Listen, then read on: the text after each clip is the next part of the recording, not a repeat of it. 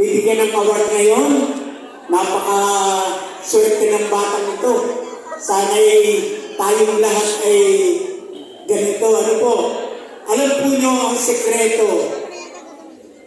Hindi lahat tayo ay matagumpay.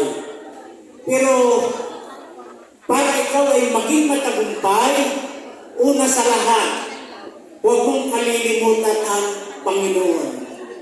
Ano man ang mangyari sa iyong buhay, huwag ninyong kalilimutan ang Panginoon. Sapagkat ako'y naniniwala sa aking karanasan, siya ang gabay natin lahat.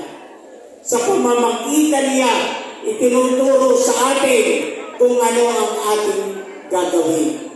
Kaya sana, alam ko na sana'y lahat tayo ay maging matagumpay. Pero yung kulang pa ang tagumpay, dumulog tayo sa Kanya. Ituturo sa atin kung ano ang ating gagawin. Kaya alam ko na napakahalaga nito. At sabi ko nga, magaling na lang at may nag-organize nito. Dahil ng napaka-importante po na balik-balikan natin ang paaralan. Ano po? Napaka-importante. Kaya sana po, tulungan natin ang paaralan.